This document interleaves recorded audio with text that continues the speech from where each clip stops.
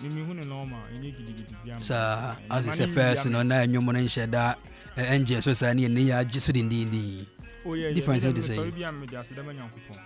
Na madam Musumas, send him sorry, Muti and Sana Mopi, Musuna Mai,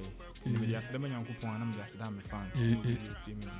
Okay, with the film, no, say now, see relative with your peers.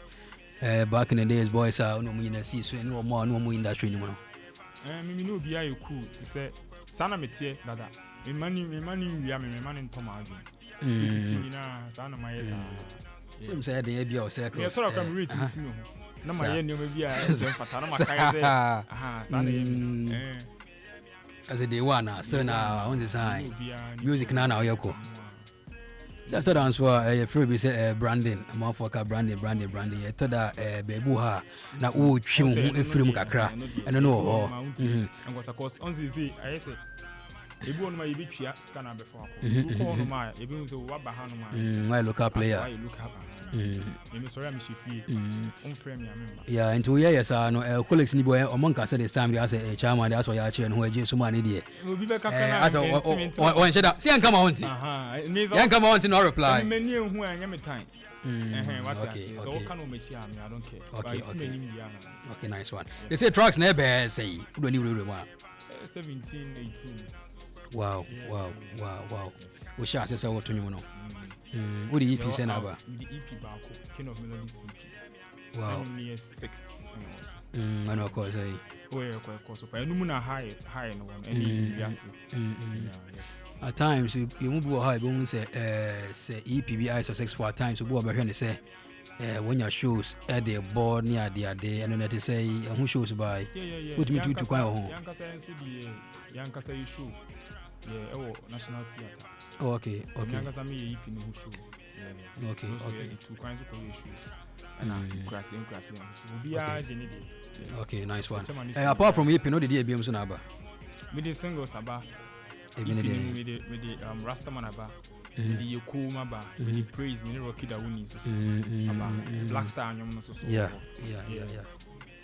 Praise never had number who motivate me pa that track. Now why praise? Yan shas yan so if for yingre no smoke akra. And then I pray kwa am say reggae artist no be ha. Now call all the way e go for Rocky da winning in the be yanyum. Na first of all me da Rocky da winning ase. Na me pay something extraordinary I dey even see that. Me check here and say EPS no be any honoma only legend be asheda iron me say me my time that the lumba pa my time person me idea even see that okay and also before say be music me crowd now rocky down woni me edidi nkomo Opemsuo ya nka me busa say dey out me nya na link otwe ne be gina wonyo so ka me ho asem e wo interview or okay say Opemsuo pa wa from afar okay how are you for no Accra interview you know okay but me here station if you want na me so me follow nioma if you want me dey follow the music media na me tie na that but na me share the nim more about or no okay if you want na me follow ni kakra no or dey hit him on Instagram no ni me do comment okay ke ma asem Opemsuo okay we tutu me for it me ni be nya link maybe okay emua na afi say what say bibi okay ni dey praise me okay yenu mujena and say Kweku Flick we see no the buy yeah this time around only Rocky da woni the track we say buy you know I think say we need reggae yeah one funny difficulties be that man find difficulties ade you me ade bia sene odi ka me nim gospel na me nim reggae na me nim the here say me yanwum sana music tie what you say eyen sema obeka ene ne o me di me chi na be che say nyu we di e bit me grab on sorry the man say bit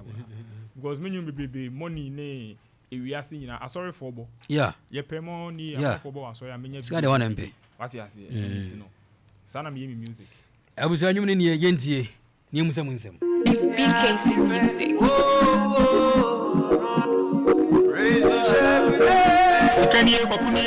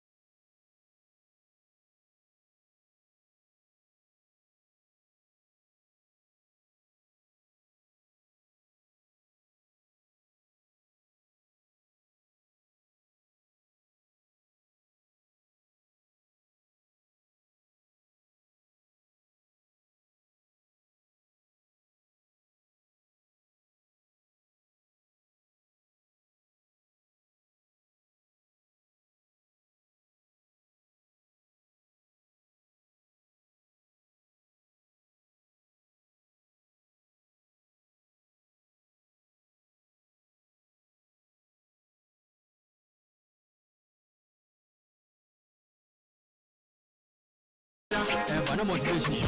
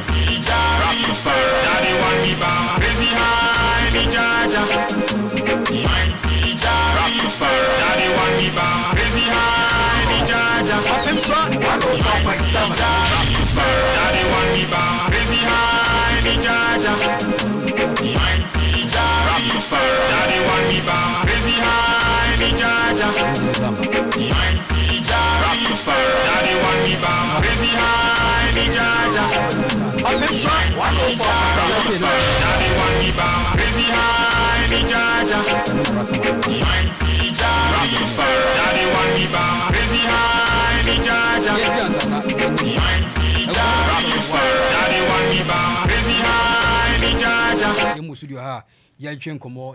track way by Kweku Flick alongside Family. It's BKC Music.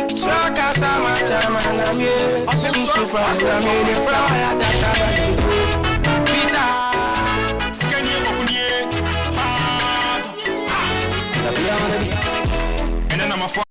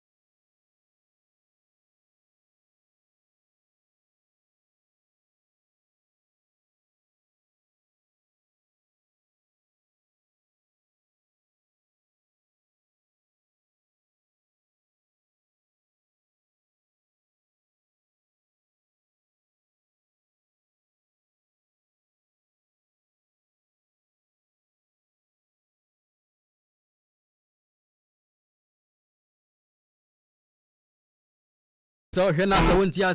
come on too. You come pa running one Kweku Flick alongside family or two weddings ye come. Why you come? Kweku. First of all, me dey say my family. Family nipa bia.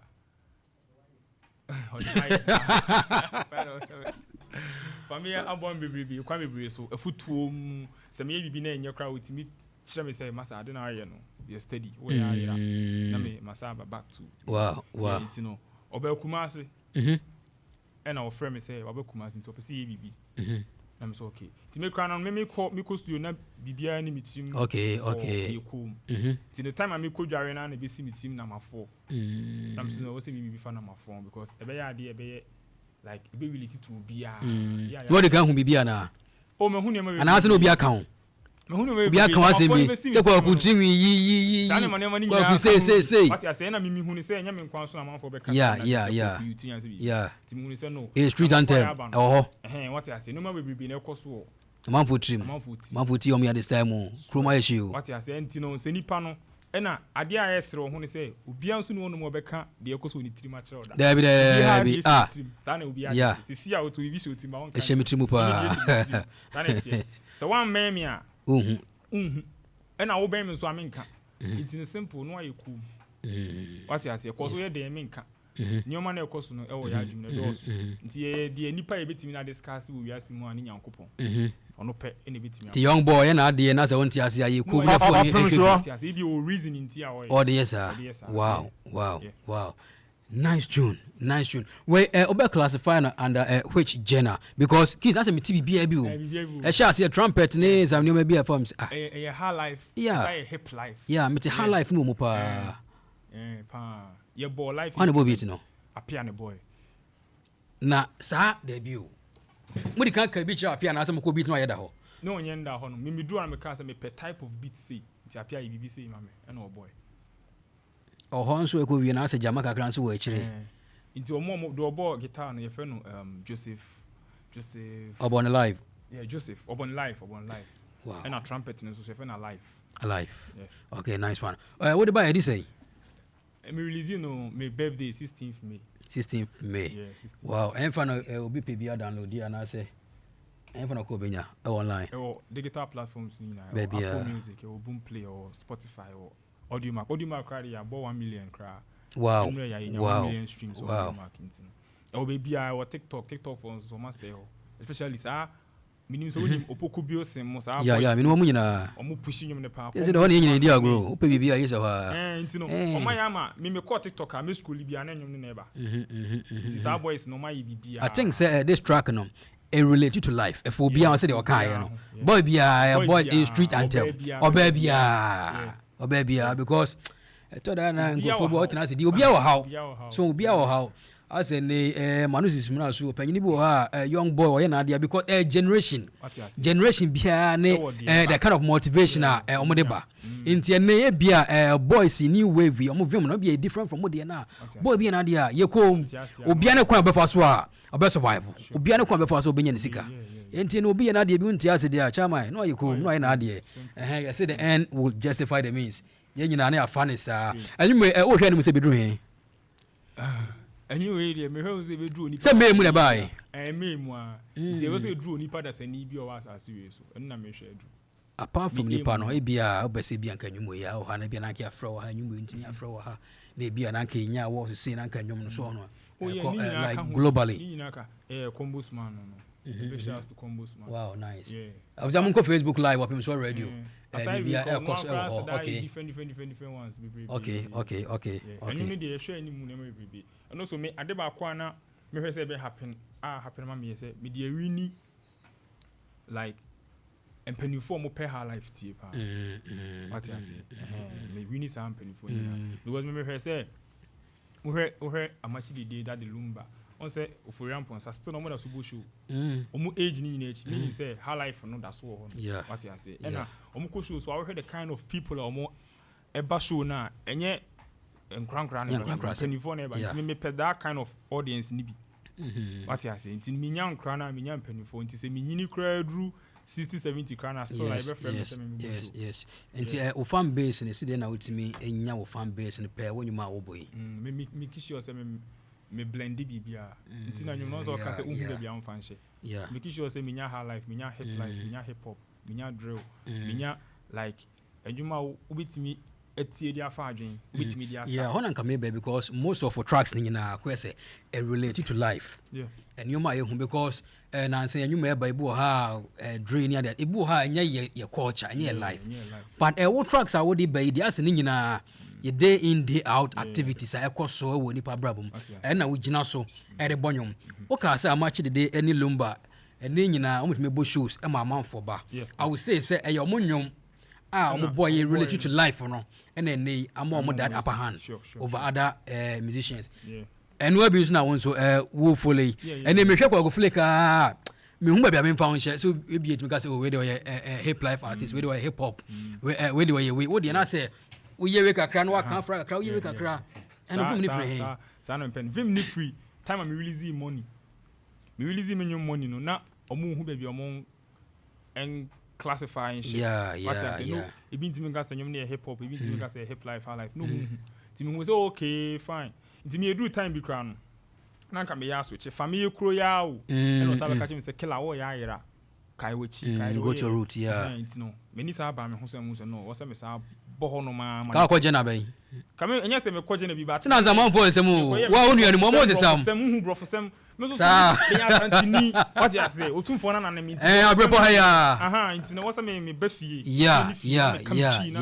ma me Crawford ti de me che na yes ntino me die ni simple ntina nsenya manfo ma rappers ya ma adwen se na nsenya mo rap bi on be sing